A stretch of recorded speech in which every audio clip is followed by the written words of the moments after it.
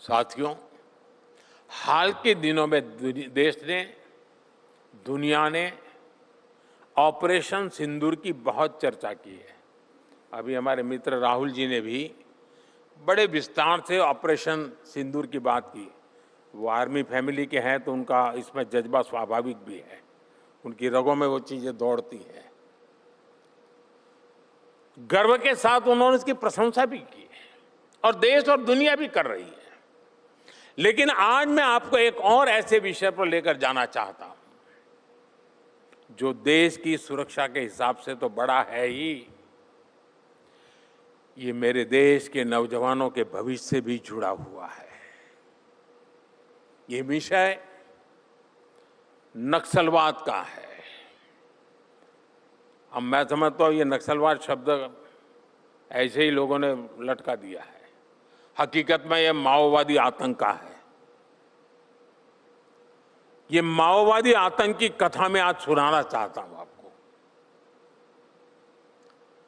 कांग्रेस के शासन में जो अर्बन नक्सलों का जो इकोसिस्टम है, ये जो अर्बन नक्सल है, वो कुछ तरह ऐसे हावी थे, आज भी है। माओवादी आतंक का कोई भी घटना देश के लोगों तक न पहुंचे, इसके लिए वो बहुत बड़ी सेंसरशिप चलाते रहते हैं। वो हमारे देश में आतंकवाद की इतनी चर्चा होती थी, आर्टिकल 370 पर डिबेट होती थी, लेकिन हमारे शहरों में जो कांग्रेस के राज में पनपे हुए अर्बन नक्सली बैठे थे, जो ऐसी संस्थाओं पर कब्जा जमा करके बैठे थे, वो माओवादी आतंक पर पर्दा डालने का काम करते थे, देश को अंधेरे में रखते थे। अभी कुछ दिन पहले भी माओवादी आतंक के कई पीड़ित दिल्ली आए थे। ये बड़ी दर्दनाक चीज है। बहुत बड़ी मात्रा में आए थे। किसी की टांग नहीं थी, किसी का हाथ नहीं था, किसी की आंख नहीं थी, शरीर के अंग कुछ चले गए थे। ये माओवादी आतंक के शिकार लोग थे। गांव के गरीब आदिवासी भाई बहन, किसान के बेटे थे, माताएं बहनें थी, दो दो पैर कट चुके थे। वो दिल्ली में आए थे, 7 दिन रहे, हाथ पैर जोड़ करके कह रहे थे कि हमारी बात हिंदुस्तान के लोगों तक पहुंचाइए। प्रेस कॉन्फ्रेंस किया उन्होंने। आप में से किसी ने देखा नहीं होगा, सुना नहीं होगा। ये माओवादी आतंक के ठेकेदार जो बैठे हैं ना, उन्होंने उस जुल्म के शिकार हुए उनके दर्द की कथा भी हिंदुस्तान के लोगों तक नहीं पहुंचने दी। कांग्रेस की इकोसिस्टम ने इसकी चर्चा नहीं होने दी। साथियों, हालात ऐसे थे कि देश का करीब करीब हर बड़ा राज्य नक्सली हिंसा, माओवादी आतंक की चपेट में था। बाकी देश में संविधान लागू था, लेकिन रेड कॉरिडोर में संविधान का कोई नाम लेने वाला नहीं था। और मैं बहुत जिम्मेवारी से कहता हूं कि जो माथे पर संविधान की किताब लेकर के नाचते हैं ना, वे आज भी ये माओवादी आतंकियों जो संविधान को नहीं मानते हैं, इनकी रक्षा के लिए दिन रात लगा देते हैं। साथियों, सरकार तो चुनी जाती थी, लेकिन रेड कॉरिडोर में उसकी कोई मान्यता नहीं होती थी। शाम ढलती थी तो घर से बाहर निकल पाना मुश्किल हो जाता था। जो जनता को सिक्योरिटी देने वाले लोग थे, उनको भी सिक्योरिटी लेकर चलना पड़ता था।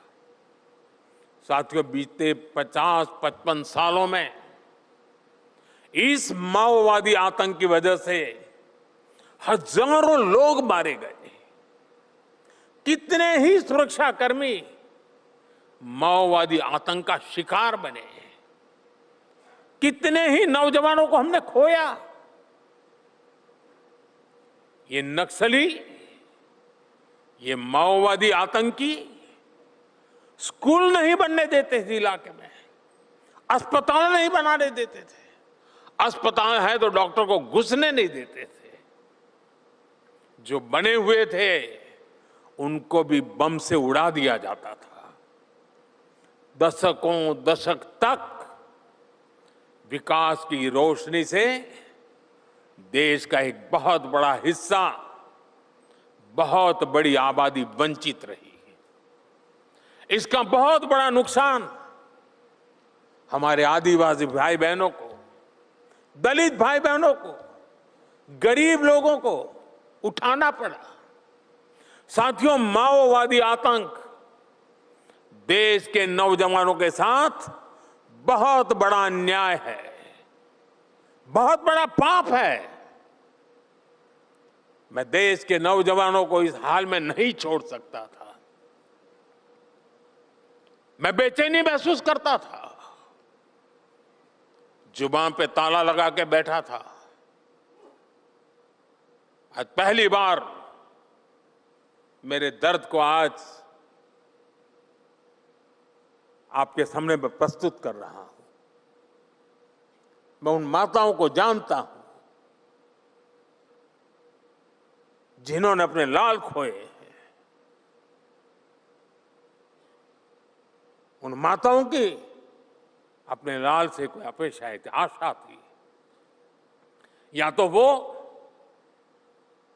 ये माओवादी आतंकियों के झूठे बातों में फंस गए, या तो माओवादी आतंक के शिकार हो गए। और इसलिए 2014 के बाद हमारी सरकार ने पूरी संवेदनशीलता के साथ भटके हुए नौजवानों को मुख्य धारा में लाने का प्रयास किया। और मैं देशवासियों को आज पहली बार कह रहा हूं, देशवासियों को संतोष होगा, देशवासियों में आशीर्वाद देंगे। जिन माताओं ने अपने लाल खोए, वो माताएं हमें आशीर्वाद देगी, देश की शक्ति को आशीर्वाद देगी। और आज देश उसके नतीजे देख रहा है। 11 वर्ष पहले तक देश के 125 जिले, 125 से ज्यादा माओवादी आतंक से प्रभावित थे। और साथियों, आज ये संख्या सिर्फ 11 जिलों तक सिमट गई है।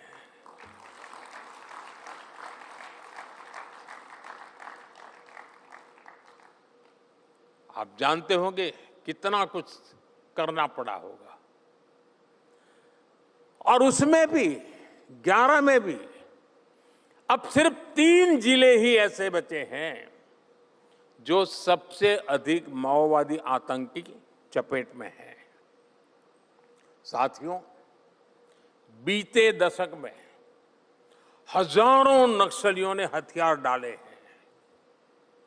मैं आपको पिछले 75 घंटों का आंकड़ा देता हूं, ओनली 75 आवर्स। मैं जानता हूं ये मीडिया का मेन न्यूज नहीं है, लेकिन मेरे जीवन का एक बहुत बड़ा संतोष का विषय है। इन 75 घंटों में 303 नक्सलियों ने सरेंडर किया है।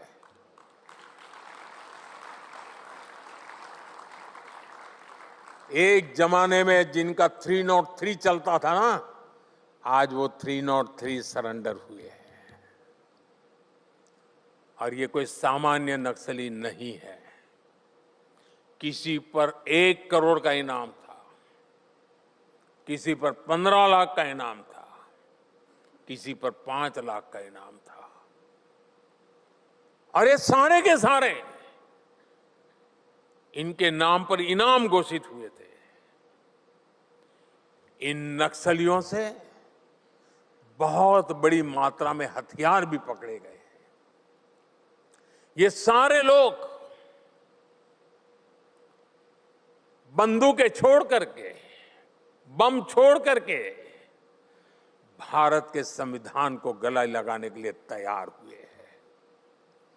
और जब संविधान के लिए पूर्ण समर्पित सरकार होती है ना, तब गलत रास्ते पर गया हुआ व्यक्ति भी लौट करके अपनी आंखों को उस संविधान पर टिका देता है। अब वो विकास की मुख्य धारा में आ रहे हैं और ये लोग स्वीकार कर रहे हैं कि वो गलत रास्ते पर थे। 5-5 दशक बिता दिए, जवानी खपा दी, लेकिन उन्होंने जो सोचा था वो परिवर्तन नहीं आया। अब ये भारत के संविधान पर विश्वास करते हुए आगे बढ़ेंगे। साथियों, कभी ही मीडिया की हेडलाइंस हुआ करती थी, छत्तीसगढ़ के बस्तर में ये हुआ वो हुआ, एक पूरी बस को उड़ा दिया, इतने सुरक्षा बल के जवान मारे गए। बस्तर ये माओवादी आतंकियों का, नक्सलियों का गढ़ हुआ करता था। और अब आज मैं उसी बस्तर का उदाहरण देता हूं। आदिवासी नौजवान बस्तर ओलंपिक का आयोजन करते हैं और लाखों नौजवान बस्तर ओलंपिक में आकर के खेल के मैदान में अपनी ताकत दिखा रहे हैं। ये बदलाव है। साथियों, इस बार माओवादी आतंक से मुक्त क्षेत्रों में दिवाली की रौनक कुछ और होने जा रही है। 50-55 साल हुए दिवाली नहीं देखी थी उन्होंने, अब दिवाली देखेंगे। और मुझे पक्का विश्वास है दोस्तों, ये हमारी मेहनत रंग लाएगी और वहां भी खुशियों के दिए जलेंगे। और मैं आज देशवासियों को, एनडीटीवी के दर्शकों को विश्वास दिलाता हूं,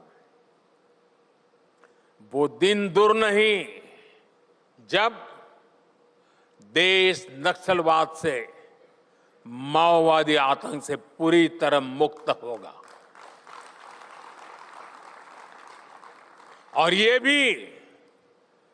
भी मोदी की गारंटी है।